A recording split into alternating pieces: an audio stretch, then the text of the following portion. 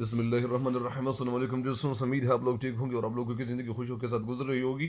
تو یہ آج بڑھتا ہوں ایک اور ویڈیو کی طرف، اور یہ ویڈیو کس کی ہے؟ یہ اصل میں ہمارے جو قومی شاعر ہے علامہ محمد اقبال، تو یہ ان کا ایک غزل ہے، اور اس غزل کی تشریح میں اپلوڈ کرنے نہیں جا رہا ہوں، بلکہ صرف یہ بتانے جا رہا ہوں کہ یہ غزل کس طرح ہے اور یہ کتنی خوبصورت غزل ہے۔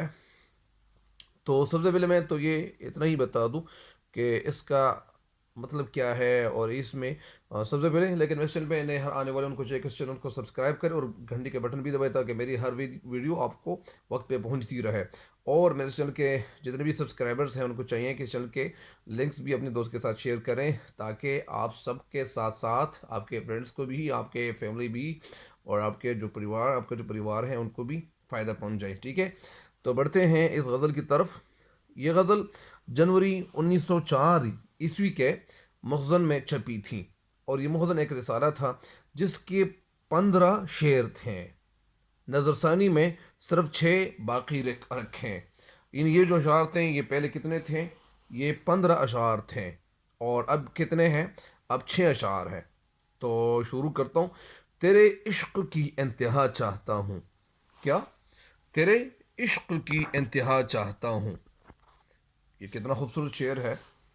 تیرے عشق کی انتہا چاہتا ہوں، میری سادگی دیکھ، کیا چاہتا ہوں؟ یہ لفظ کیا ہے؟ سادگی، سادگی نہیں۔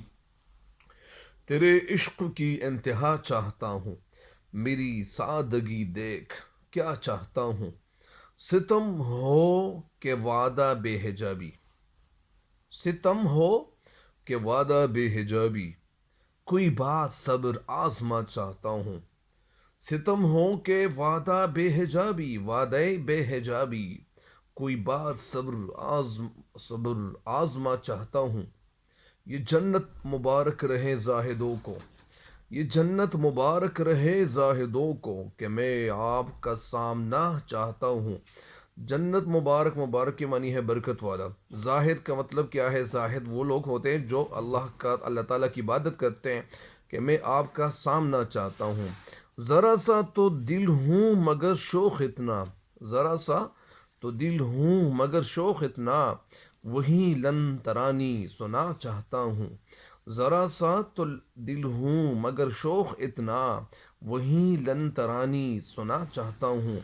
کوئی دم کا مہماں ہوں اے اہل محفل، کوئی دم کا مہماں ہوں اے اہل محفل، چراغی سحر ہوں بجھا چاہتا ہوں، چراغی سحر ہوں بجھا چاہتا ہوں۔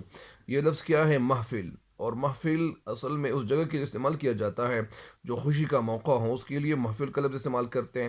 اور مجلس وہ جگہ جہاں ہوتی ہیں، وہ جگہ ہوتی ہیں جہاں پہ مجلس میں یہ جو لوگ اللہ تعالیٰ کی باتیں کرتے ہیں، اللہ تعالیٰ کی رضا کی خاطر جو باتیں کرتے ہیں، اور جس میں کوئی وعظ ہو، کوئی نصیحت ہو، تو اسے مجلس کہتے ہیں۔